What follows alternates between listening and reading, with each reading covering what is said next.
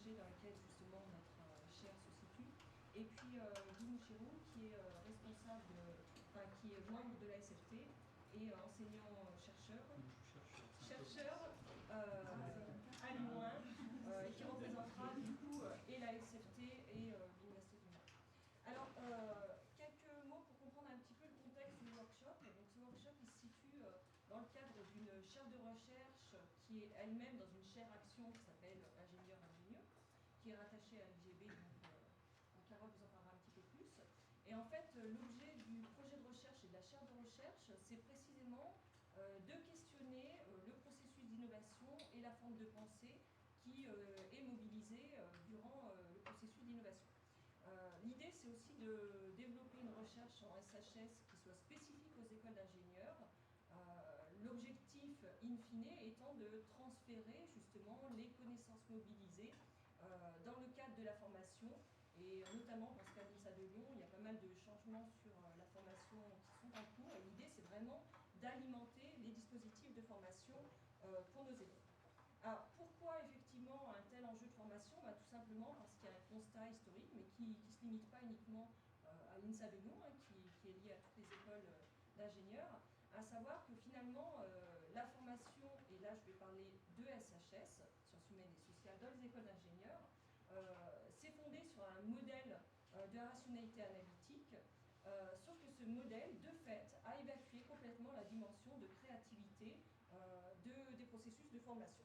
Alors moi je vous invite à aller voir les conférences TED de Ken Robinson parce qu'effectivement il décortique ça et ça montre bien que ce n'est même pas uniquement un problème français, c'est vraiment un problème international sur le fait qu'en privilégiant la rationalité analytique, de fait on a évacué la créativité alors que l'activité de l'ingénieur va demander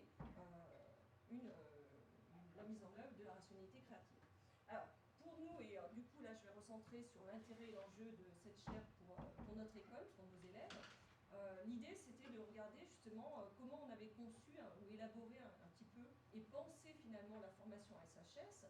Et ce qui est intéressant, c'est de voir que l'INSA, lorsqu'elle se crée en 1957, veut se positionner et se présente comme un modèle de formation alternatif. Parce que l'idée c'est de dire il y a un gaspillage des cerveaux dans les concours qui permettent d'entrer dans les grandes écoles à l'époque et de dire mais le problème c'est que l'ingénieur il ne mobilise pas que cette forme de pensée on va dire très rationnelle que l'application des connaissances scientifiques, il y a aussi ce que qu'appelle l'intelligence imaginative. Et donc dès le début, dans le processus de recrutement de nos élèves, on veut chercher à distinguer, repérer justement un petit peu l'appétence ou la capacité de nos élèves à avoir cette forme de pensée qui va être utilisée, mobilisée dans la formation. Alors le problème c'est que quand ensuite on regarde un petit peu comment on a conçu nos enseignements, on se rend compte qu'on est un petit peu en porte-à-faux par rapport à ce qui était visé initialement, puisque finalement on a une représentation, et d'ailleurs c'est étroitement lié au nom même de notre école, on s'appelle Sciences appliquées, et la formation qu'on dispense est parfois trop dans ce modèle et dans ce schéma de pensée des sciences appliquées, ce qui explique que, alors je vous ai mis des petits échanges à titre d'illustration, mais que quand on parle de conception au sein de notre école, des fois on est un peu en porte-à-faux entre une représentation de la conception comme simple application des connaissances, et donc du coup on comprend bien que si le modèle ou la référence qu'on a, c'est il suffit d'appliquer les connaissances, ça veut dire qu'on met de côté dans la formation tout ce qui pourrait motiver sur comment on peut arriver à former à de l'ingéniosité, à ce qu'on appelle l'ingénieur-ingénieur. Alors, maintenant, si on regarde sur les enseignements purement SHS, là aussi, on voit qu'on est parti un petit peu dans un modèle et on s'est calé un peu sur le modèle de formation de l'université. On a importé des façons de penser les enseignements de l'université sans toujours considérer qu'on avait un public qui est spécifique, qui va avoir des activités spécifiques et donc pour lequel on devra avoir des enseignements, une forme d'enseignement spécifique. Et typiquement, là je vous donne un exemple. Quand on donne un travail à nos élèves qui est sur le mode dissertation ou essai avec un barème qui est sous la forme concours, on comprend bien que toute la dimension rationalité créativité, elle est évacuée puisque de fait, on prépare nos élèves à un exercice très normatif où dès le début, vous lisez l'introduction et vous allez pouvoir donner votre note parce qu'on va noter par bandeau. Sauf qu'on est dans une école d'ingénieur et pas dans un style concours, enfin on s'est présenté comme ça. Et donc là, on voit que nos enseignements, on doit les repenser, on doit les adapter. Alors là aussi, juste un extrait toujours du manuel qui permet de dire aux enseignants comment on doit évaluer. Ben, effectivement, on a un contenu très détaillé, c'est-à-dire que même dans nos enseignements, on dit à nos élèves, il faut que dans votre introduction, il y ait ça, ça, ça, ça. Donc en fait, je fais du scoring, je fais du remplissage, c'est très normatif, et donc du coup, une fois de plus, on voit qu'on n'atteint pas l'objectif qui était initialement de développer, participer au développement de cette intelligence imaginative dont nous parlait Capel. Alors, donc l'enjeu finalement de cette chaire, c'était de se dire, il faut développer plus de connaissances sur l'innovation et sur cette forme de pensée, de telle sorte à nourrir les enseignements du SHS des connaissances, on va dire, sur ce processus, sur cette rationalité, un processus d'innovation et de rationalité. Donc l'idée, c'est qu'il faut, et ça nous invite à faire un retournement épistémologique en recherche, mais en formation. C'est-à-dire qu'on n'est pas là pour partir de nos disciplines, mais d'un objet d'étude. On va penser l'objet d'étude, et à partir de là, on va voir quels sont les différents enseignements qu'il va falloir créer. Et donc, de fait, très rapidement, on s'aperçoit qu'on va aller vers une formation qui n'est pas disciplinaire, mais qui va devoir être interdisciplinaire. Donc là, c'est déjà un retournement. Ça veut dire aussi que ça met en lumière le besoin, la nécessaire articulation entre recherche et enseignement des SHS dans une école d'ingénieur, une recherche spécifique, c'est-à-dire que c'est pas... moi, je suis économiste de formation. Quand je fais de l'économie à l'université, je faisais de l'économie à l'université, je n'avais pas en background le fait qu'il fallait que cette recherche soit adaptée ensuite à un public d'ingénieurs, à des problématiques liées à l'activité de l'ingénieur. Quand on est dans une école d'ingénieur, il faut effectivement qu'on traite la question de l'innovation, mais du point de vue de l'ingénieur. Donc ça veut dire que c'est un positionnement différent, et que c'est ce positionnement différent qui va permettre justement d'alimenter la réflexion sur quel type d'enseignement. Donc l'objectif du workshop, qui est un des ingrédients de cette chaire, parce qu'il y a d'autres actions qui seront des études de cas, notamment par Saint-Gobain qui finance cette chaire, c'est finalement de se dire, on a beaucoup à apprendre sur la pratique actuelle, contemporaine, d'innovation des entreprises, et ça, c'est ce qu'on va faire. Mais on a aussi beaucoup à apprendre sur l'histoire des techniques, sur l'histoire d'innovations qui sont passées. Et donc, l'idée de ce workshop, c'est véritablement de partir des biographies en se disant, tiens, est-ce que finalement, à travers les biographies, qu'elles soient de scientifiques, qui peuvent être des innovateurs à la fois de dispositifs techniques ou de concepts, mais les biographies aussi d'innovateurs qui ont créé des produits, est-ce qu'on ne peut pas retrouver à travers ces biographies, en filigrane, une compréhension du processus d'innovation, la mise en œuvre de cette forme de rationalité créative. Donc l'idée, c'est aussi de valider l'existence ou pas, la confirmer ou pas, de cette forme de pensée pour voir si, quelles que soient les époques, on retrouve un petit peu les mêmes mécanismes. Et puis derrière, là c'est ce qui nous intéresse plus particulièrement au sein de notre école, c'est de valider justement comment on traduit ça dans des enseignements pour nos élèves. Donc, je ne vais pas passer beaucoup de temps sur le programme, juste pour vous dire qu'on a été obligé de reformater un petit peu le programme parce qu'on a 3 intervenants qui, pour des problèmes de santé, n'ont pas pu venir. Et ce qui explique que vendredi après-midi, on propose à ceux qui veulent bien, qui sont disponibles, d'aller faire une visite au musée de l'Institut Lumière, puisque c'est aussi un lieu d'innovation, de comprendre justement comment les frères Lumière, dont Michel nous parlera dans une conférence, en sont venus à créer leur innovation. Donc je vais tout de suite passer la parole à Christophe pour cette introduction.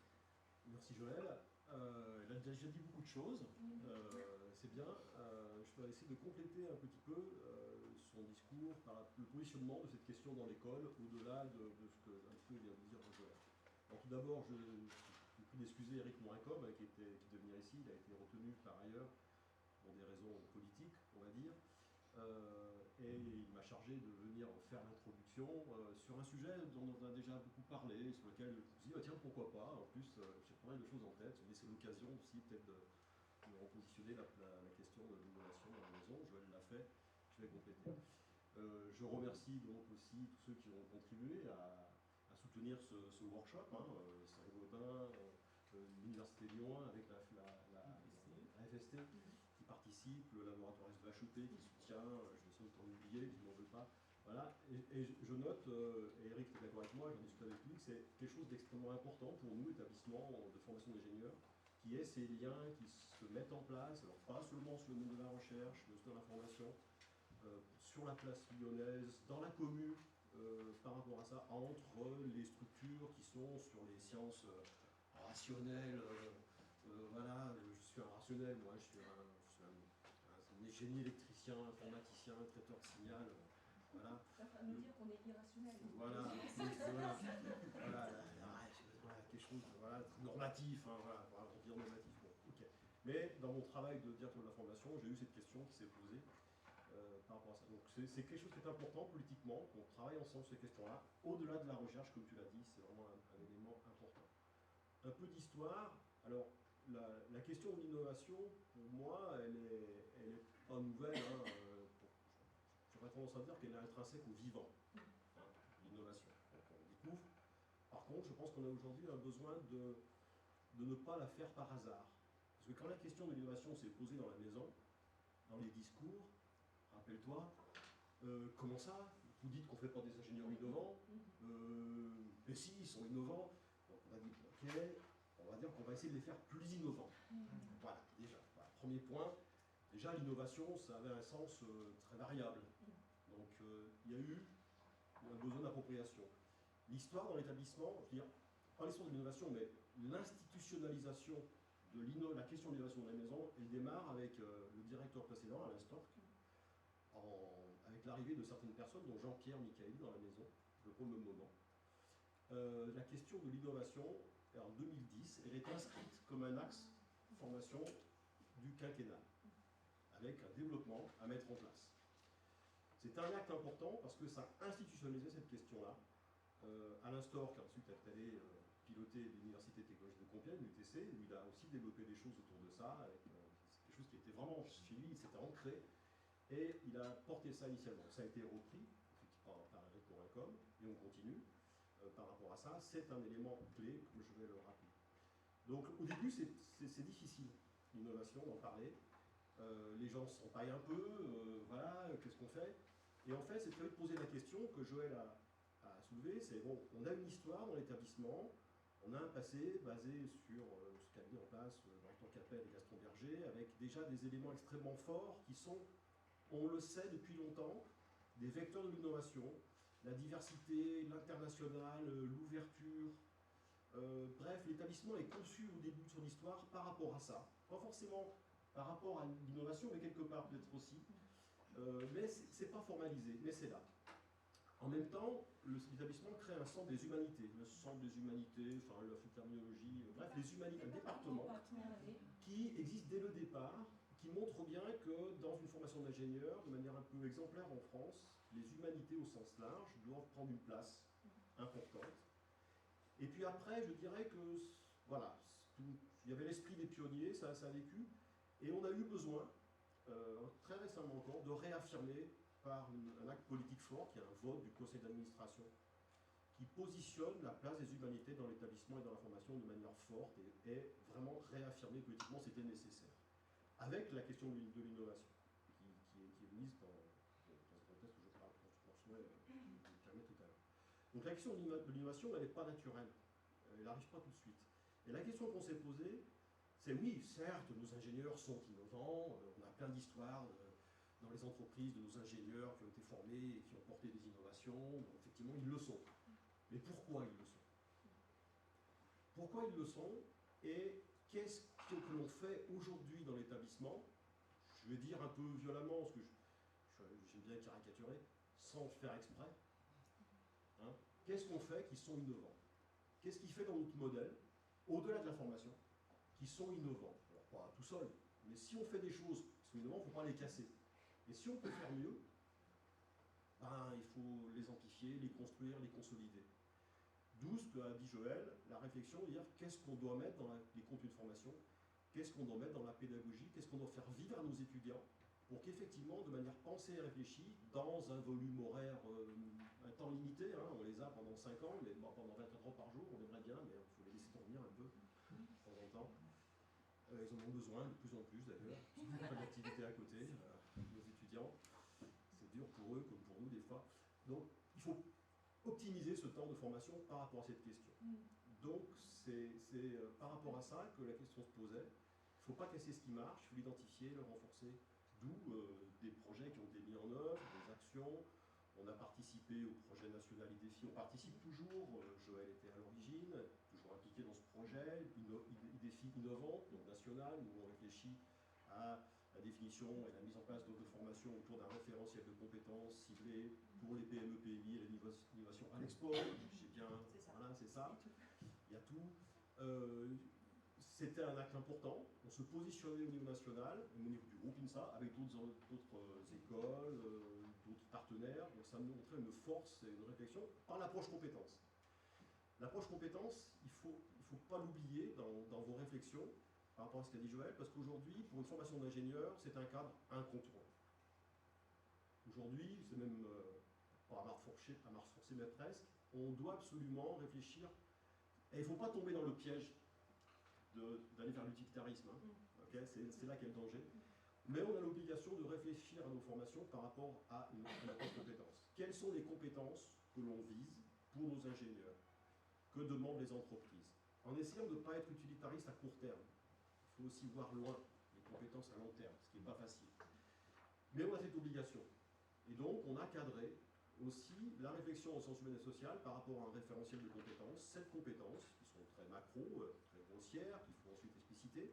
Et à l'intérieur de ces 7 compétences cibles qu'on s'est données, on a mis la compétence innovation, créativité, entrepreneuriat, puisque quelque part il y a un lien, hein, c'est pas une équivalence hein, dans ces 3 termes, mais il y a un lien.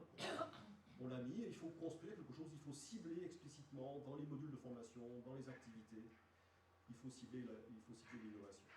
Et l'innovation, comme l'a dit Joël, on a entendu pendant très longtemps, l'innovation, ça apparaît aux frontières des disciplines. Donc il faut aussi, c'est presque une lutte pour moi, il faut lutter contre la disciplinarisation de l'enseignement pour aller vers une interdisciplinarisation des actions des enseignants. Et ça, on passe du côté du métier d'enseignant-chercheur. Les chercheurs sont très souvent disciplinaires, on leur demande de progresser dans leur discipline, et de l'autre côté, nous, dans les écoles d'ingénieurs, on leur demande de travailler, d'être interdisciplinaire. Alors, on pourrait discuter sur la signification des termes, mais en tout cas, dans la formation, on est absolument convaincu justement de la nécessité qu'ils travaillent dans un contexte interdisciplinaire, avec des étudiants que l'on met dans un contexte interdisciplinaire. Ce n'est pas simplement la juxtaposition des disciplines qui va faire ce que doit être un ingénieur, c'est le travail conjoint dans les disciplines à un moment donné qui va les construire. Il va falloir qu'ils aillent creuser les disciplines, mais creuser les disciplines en amont, sans le mettre dans un contexte interdisciplinaire, c'est beaucoup moins efficace. Personnellement, je pense que si on commence par les mettre dans un contexte interdisciplinaire, ça va donner de la valeur aux disciplines. Ils vont avoir le goût pour aller les creuser. Il va falloir qu'ils passent et qu'ils reviennent. C'est important, c'est pas facile, parce que c'est une révolution dans les méthodes pédagogiques que l'on demande de mettre en place aux enseignants, avec des outils différents, avec un travail différent. On a déjà mis des choses en place dans l'établissement, au premier cycle, ce qui n'a pas été facile, mais je pense que c'est un vrai succès. On aura l'occasion d'en parler, je pense, faire un bilan là-dessus. Il faut encore aller plus loin. Et ce workshop que vous faites aujourd'hui avec les questions, analyser la vie de grands innovateurs et essayer de comprendre ce qui a été le point commun dans leur vie, dans leur biographie, c'est comme ça que je l'ai interprété, je me trompe peut-être. Essayer de faire émerger un point commun, la rationalité créative, je ne sais pas comment on peut dire ça, voilà, et la formaliser. Et ensuite, après cette formalisation, revenir dans une école d'ingénieur. Donc après, il faut faire, il ne faut pas simplement penser, il faut faire, il faut agir. Donc comment est-ce qu'on peut agir par rapport à ça pour mettre des éléments construits, pensés dans la formation de nos ingénieurs par rapport à ça? C'est quelque chose d'important. Et c'est le but du workshop qui se place dans cette histoire-là, avec les éléments que je viens de rappeler. J'en ai oublié dans ce que j'avais noté, mais c'est pas grave. Il faut faire court, il faut laisser parler les autres. Qui place ce workshop dans un contexte tout à fait favorable pour nous. Ça impacte la pédagogie, ça doit aussi impacter la pédagogie, le travail de l'enseignant. C'est un pas de plus. Je regrette qu'il n'y ait pas plus des personnes des sciences dures, la guerre entre les sciences dures, les sciences folles, le positionnement entre les sciences dures. On commence par passer par-dessus au niveau de l'établissement, mais il y a encore des choses que j'entends et qu'on dit parfois, qui positionnent. Par exemple, la CTI nous a dit, la CTI c'est la commission d'ingénieurs, elle est venue nous voir en 2014, elle nous a dit, elle ne l'a pas écrit et c'est dommage, elle nous a dit, il faut que vous arrêtiez de laisser à vos directeurs de département de formation d'ingénieurs le droit de décider eux-mêmes de ce qui est bon ou pas bon en SHS pour vos ingénieurs. C'était, mais je l'ai déjà dit, ils l'ont entendu. Voilà, ils n'ont pas réussi à écrire tout ce que je voulais qu'ils écrivent, mais ils ont écrit un certain nombre de choses. Ça montre bien qu'il y a encore du chemin à faire, même s'il y a des gens qui ont fait des efforts, il y a eu des expériences remarquables dans le département. C'est encore pas tout à fait dans les têtes. Il y a une hiérarchie qui existe. Et encore récemment, j'ai entendu à la CTI, quelqu'un qui a dit, parce que je suis expert CTI, donc ils nous font des formations, ils essaient de nous prendre les porteurs d'un certain nombre de messages, de politique dans l'établissement. On dit, vous êtes dans des écoles d'ingénieurs et vous avez tendance à nier les résultats de ce qui est fait en recherche SHS, les résultats avérés, les remettre en cause parce que c'est des sciences molles, etc. Alors que c'est des choses qui sont avérées, en particulier en sciences de l'éducation, et c'est inadmissible par rapport à ce qu'une école d'ingénieurs, parce que vous devez faire de l'ingénierie pédagogique, et l'ingénierie pédagogique doit se baser sur les résultats de la recherche en SHS en pédagogie, mais pas que. Et vous n'avez pas le droit de remettre en cause ces résultats de recherche, parce que vous déniez d'ailleurs le droit aux SHS de remettre en cause les résultats de la recherche dans les sciences, même si les recherches sont toujours à discuter, remettre en cause, etc., par les principes scientifiques de base, mais en tout cas, si on n'est pas un expert dans un domaine, il faut éviter de remettre en cause sans certaine légitimité les résultats des collègues dans les autres disciplines. C'est quand même eux qui sont censés avoir la science pour la fuse, mais ils savent ce qu'ils font. Voilà. Donc là-dessus, on voit bien qu'il y a encore un effort à faire. Donc il faut qu'on avance, et ce qui est mis en place au niveau de la commune, par exemple, avec les relations, la fabrique de l'innovation, qui est un projet emblématique et fort, qui met l'innovation en point phare. Hein. Alors il y aura des recherches, mais aussi des lieux où les gens pourront travailler, plus innovants, des outils, partage, d'échange, c'est important. On voit bien que le chemin est en marche, mais qu'il faut encore faire des pas, des petits pas, il y aura encore des engueulades, des discussions, c'est bien. Et ce workshop est bien dans cette lignée-là. Donc merci à vous d'être là pour participer à ces choses-là, pour l'établissement et pour les autres aussi. Merci. Merci, Joël, Christophe. Vous avez déjà dit pas mal de... Donc, je n'ai pas parlé de l'IGB. Donc voilà, c'est l'IGB. Donc l'IGB, c'est l'Institut Gaston Berger. Donc, je voudrais juste vous réexpliquer en quelques mots ce qu'est l'Institut Gaston Berger, qui a été créé récemment, en septembre dernier, et qui prend la suite d'un centre qui s'appelait le Centre Diversité Réussite. Et Gaston Berger, donc, comme vous le savez, c'est un des deux fondateurs de l'INSA de Lyon. C'est pour vous donner un ordre d'idée, c'est une entité dédiée et qui est composée de 7 personnes. 7 personnes en particulier des personnes qui ont des formations en psychologie, sociologie, sciences politiques, une assistante administrative et moi-même, qui ne suis pas du tout issue des sciences humaines et sociales, hein, qui suis une scientifique rationnelle. Et je pense, avant de vous expliquer le rôle de l'Institut Gaston Berger, qui a des missions étendues par rapport plus large que l'avait le Centre Diversité et Réussite, mes antécédents aussi au sein de la maison, hein, je suis ingénieure INSA, ça fait très longtemps que je suis dans la maison, mais aussi j'ai été directrice du département du premier cycle pendant 6 ans, jusqu'en août dernier, et cette expérience-là m'a mis en contact direct avec les étudiants, hein, les nouveaux entrants à l'INSA, l'évolution des élèves que l'on constate tous les jours, et la nécessité de réfléchir et de faire évoluer la formation.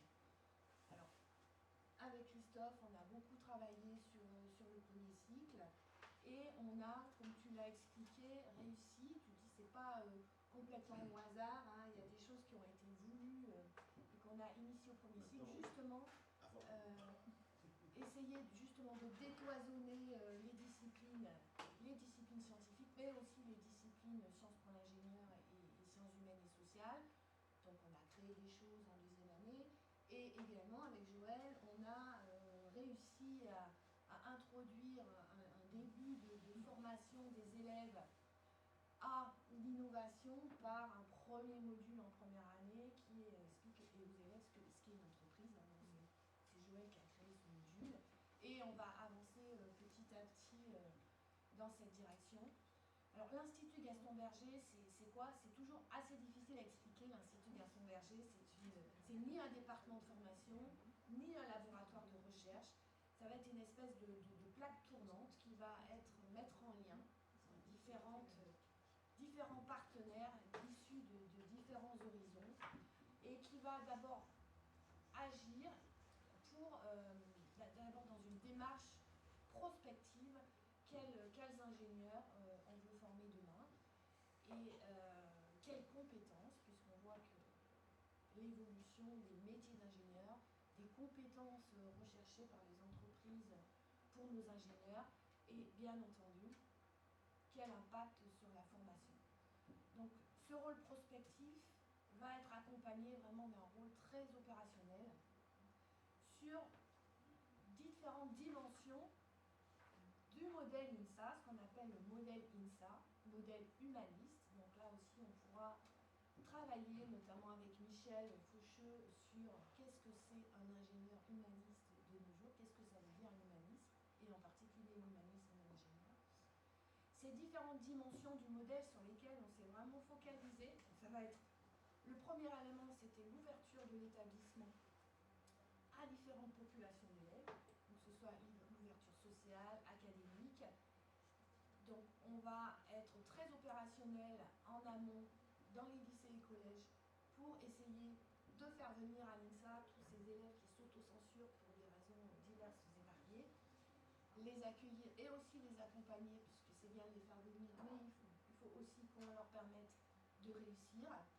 Donc cette dimension ouverture aussi culturelle, hein, puisqu'on a à l'INSA beaucoup d'élèves étrangers accueillis dès la première année, et qui d'ailleurs va être un plus hein, pour la créativité, le travail des élèves en groupe issus de différentes origines, donc la pluridisciplinarité au niveau des sciences et des SHS, mais aussi le fait qu'on a des élèves très divers à l'INSA, ce qui est une richesse supplémentaire. Le deuxième pilier du modèle, c'est donc l'attitude réflexive de nos élèves et créative, réflexive. Pourquoi? Pour essayer de redéfinir un petit peu le rôle de l'ingénieur et surtout de le montrer aux élèves que l'ingénieur, ça n'est pas seulement un scientifique et un technologue, mais qu'il doit aussi avoir une attitude réflexive par rapport à son activité d'ingénieur. Quels vont être les impacts de ce qu'il va faire, de ce qu'il va concevoir, les impacts sociétaux, dans un monde, vous le savez tous, hein, qui est en évolution très rapide, avec beaucoup de questionnements sur les nouveaux enjeux sociétaux qui se présentent à nous. Et cela nécessaire de l'introduire dans la formation, d'autant plus que nos élèves actuellement, pour les faire travailler, pour faire que les apprentissages soient efficaces, eh bien, il faut qu'ils aient du sens, qu'on donne du sens à ce que l'on fait. Sinon, on n'en tire pas grand-chose. Donc, replacer ces enseignements dans un contexte beaucoup plus large permet, je pense, à nos élèves d'être beaucoup plus actifs, volontaires, et de faire des acquisitions beaucoup plus durables et solides. Voilà, qu'est-ce que je pense que j'ai un peu... Alors, bon, cette plaque, je parlais de plaque tournante parce que notre rôle aussi, c'est de mettre en relation l'établissement et les entreprises via la fondation de l'INSA de Lyon. Donc, on travaille vraiment étroitement avec la fondation de l'INSA de Lyon et grand nombre de projets que l'on met en place sont financés par du mécénat d'entreprise et en particulier donc, cette chère action ingénieur-ingénieux qui est financée par le groupe Saint-Gobain. Et Joël vous a très bien expliqué que c'est une chaire recherche-action avec vraiment une finalité et des retombées nécessaires dans la formation et dans la conception d'enseignement à l'INSA. Et notre volonté aussi, c'est d'être facilitateur entre les sciences pour l'ingénieur et les sciences humaines et sociales. Le fait de connaître pas mal l'établissement, la formation, on va essayer d'avoir ce rôle-là, y compris de travailler avec les laboratoires de recherche INSA, SHS, mais aussi les laboratoires de recherche INSA, qui développent des recherches prospectives, des choses qui vont arriver dans les 10 ans qui viennent, et qui ressentent aussi la nécessité, pour certains d'entre eux, ils le disent, de travailler avec des experts en sciences humaines et sociales dans différents domaines. Merci. Bien, donc, bon, vous l'avez compris, déjà, je vais être difficilement pertinent pour vous parler de la formation à l'université Lyon 1. Donc, je représente la Université Lyon 1 à la faculté des sciences et technologies. Donc, la faculté des sciences est une composante de Lyon 1 qui représente globalement l'essentiel de la recherche est menée sur le campus de Ladois, mais aussi, bien sûr, il y a les associations de laboratoires et des tutelles. Beaucoup de laboratoires de l'INSA sont également des laboratoires rattachés à l'Université Lyon 1, voire à l'ENS de Lyon, bien entendu. En termes de formation, il y a certes beaucoup aussi de choses qui sont mises en commun entre l'INSA, les collègues de l'université qui enseignent à l'INSA et vice-versa. Il y a des formations communes, de la même manière qu'il y a des formations communes également avec l'ENS. C'est vrai que les missions, en termes de formation, les missions de l'université sont quand même quelque peu différentes de celles de l'INSA, puisque l'université a des missions aussi d'accueil au sens très large du terme, bien entendu. Donc, il y a bien entendu une grande diversité en termes de disciplines enseignées, en termes de recrutement, bien sûr. Et l'image que j'ai quand même, je parle plutôt de Philippe, qui connaît mieux la question que moi, c'est que finalement, cette problématique que l'INSA a pris à bras le corps depuis très longtemps, il est difficile à l'université de le prendre de la même manière, au moins jusqu'à un certain niveau d'enseignement. Et je pense que ce que l'on peut cibler raisonnablement à l'université à la faculté des sciences, c'est plutôt le niveau master ou les parcours professionnels, bien entendu, puisque là on est dans des démarches qui sont plus largement, on va dire, pluridisciplinaires. C'est vrai que l'enseignement aussi à l'université est beaucoup plus disciplinaire qu'il ne l'est à l'INSA, et que la question d'interdisciplinarité se pose plus en termes de recherche ou d'enseignement, on va dire, au niveau les plus avancés des cursus. Bon, néanmoins, je pense qu'il est très bien d'avoir comme voisins et amis des précurseurs dans le domaine. Et je pense que l'université pourra trouver aussi, quand même, via d'ailleurs des enseignants qui participent à ces filières, trouvera aussi matière, disons, à s'inspirer et à être peut-être plus proactif comme on l'est actuellement dans le domaine, même si globalement les SHS sont reconnus à part entière dans l'université, dans certains cursus, notamment en santé par exemple, aussi dans certains masters, ou disciplines, par exemple les maths, je le cite. Voilà, donc moi je pense que c'est effectivement une démarche très positive que dès le début, d'acquérir ces concepts qui sont un petit peu en dehors des enseignements que l'on prodigue. Pour l'aspect recherche, je pense que l'innovation, c'est quelque chose que nous venons de faire. L'innovation alors moi je suis biologiste, donc c'est vrai que un biologiste, collègue d'ingénierie ou des sciences dures, sèches, un biologiste sciences dures mouillées, voilà. Donc pour un biologiste l'innovation, c'est justement la rationalité créative dont on parlait, ça nous fait un peu peur parce que tout de suite on est en application et pour beaucoup de chercheurs en biologie, on est plus dans la créativité, on va dire, que dans l'innovation. Les deux se rencontrent, mais effectivement, peut-être par hasard. Et c'est quelque chose d'important quand même de prendre en considération, parce qu'on nous demande de plus en plus aussi de nous projeter dans l'avenir, de faire la prospective, d'être aussi justement pluridisciplinaire pour innover. Et on est un petit peu, on va dire, gêné, disons, par la manipulation simplement du terme d'innovation, parce qu'on a tout de suite une connotation, en tout cas, c'est peut-être par l'absence d'information justement ad hoc, on est toujours gêné, disons, de parler d'innovation, donc au moins dans certains secteurs de la recherche menée à l'université. Donc j'espère qu'on pourra développer aussi. Je pense que le laboratoire de l'HEP aura un rôle très important qu'il a déjà commencé à jouer, justement, à essayer de mobiliser certains collègues des laboratoires autour de cette thématique, notamment, puisque c'est la thématique du jour. Donc je suis vraiment très heureux d'être là pour dire ces quelques mots et puis de savoir que la question va être traitée de manière approfondie. Bon, il y a effectivement un angle d'approche qui est très intéressant et à la fois original sur le plan de l'histoire.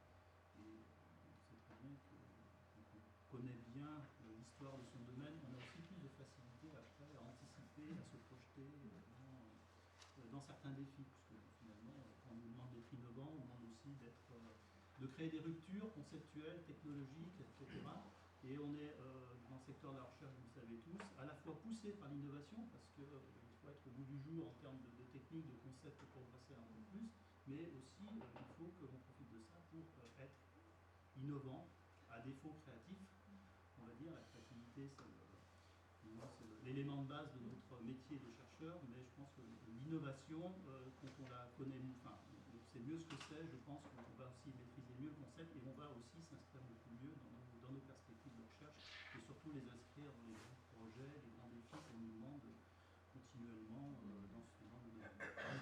Donc je vais remercier aussi donc, les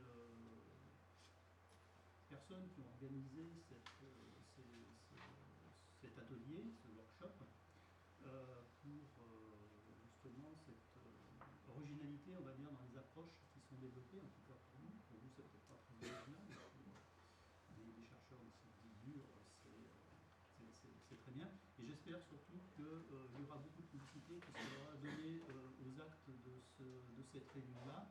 Et éventuellement, je pense qu'on pourrait réfléchir avec Philippe et d'autres collègues à inscrire aussi ce type de réflexion dans des actions d'animation scientifique qui sont liées au niveau du campus ou de la faculté des sciences et technologiques, et bien sûr plus large, pour essayer d'échanger, d'avancer un petit peu dans ce domaine-là. Je pense que ça, c'est quelque chose qui pourra être aussi très bien vécu, et aussi par les enseignants, parce que je pense qu'il y a une forte demande des enseignants aussi, justement, d'essayer d'aller au-delà un peu de leur discipline et de se oser, on va dire, et de réfléchir un peu plus à finalement ce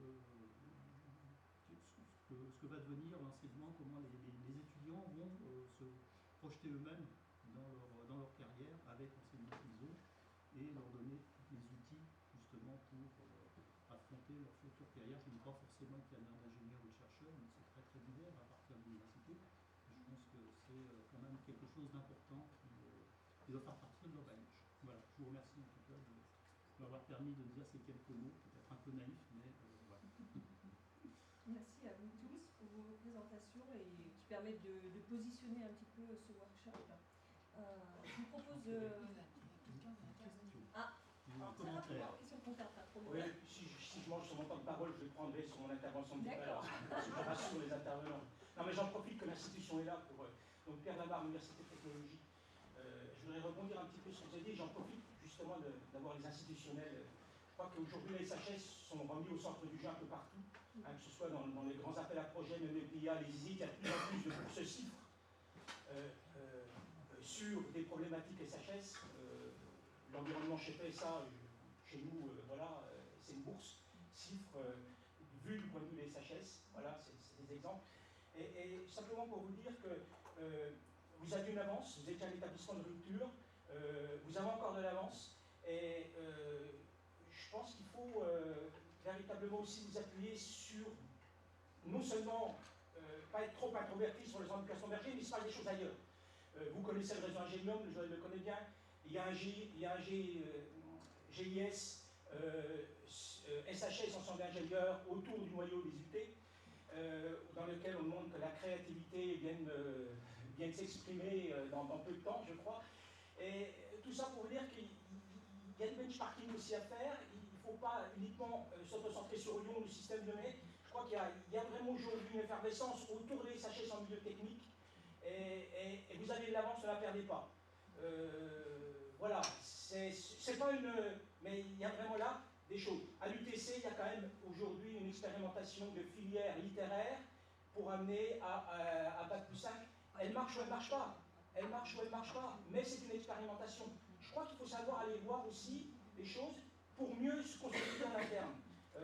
Voilà. C'est juste une réflexion très macro sur... et moi, je suis dans le même combat, SHS en milieu technique. Hein, voilà. Simplement une réaction comme ça sur ce qui a été dit. Et je me réjouis sur ce qui a été dit.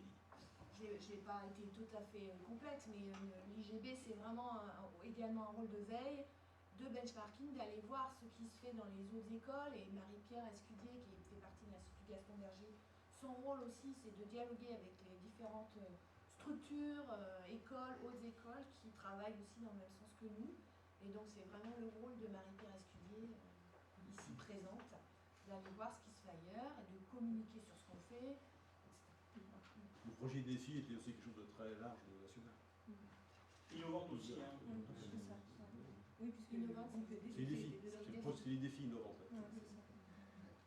Mais c'est vrai que si je me permets de rebondir sur ce que tu dis, Pierre, c'est vrai qu'on était pionniers et j'en profite qu'il y a la direction qui est représentée. Ce serait dommage qu'on perde l'avance qu'on avait et qu'on secondarise justement la formation de SHS, parce qu'on voit bien que c'est vraiment cette jonction qui se nourrit aussi justement de tout ce qui se fait ailleurs, qui permet de faire repenser nos modules, notre formation et de la faire en adéquation pour un public qui est spécifique. On n'est pas à la fac et donc pour les écoles d'ingénieurs, c'est vraiment... on ne peut pas passer à côté de ça et on ne peut surtout pas faire retour en arrière. Donc là, je pense que Christophe a dû entendre son message. C'est pas le lieu d'en débattre. Non, mais c'est toujours bien que... Oui, on se connaît depuis longtemps. Si tu veux, je pourrais te le mettre par écrit pour C'est pas la peine. CTI. C'est pas la peine. C'est pas la peine. Non, mais c'est vrai qu'on a un vrai appui. On a un vrai appui maintenant. Et merci Je pense d'ailleurs que parce que l'acte qui a été fondateur de voter un cadrage et un référentiel donne de la force à la position d'établissement, ça n'a pas été fait avant. Du coup, ça donne des droits et des devoirs. Voilà. À l'établissement et à tout le monde. Pas d'autres remarques à chaud? Donc je propose qu'on passe avec la première communication. Merci à tous.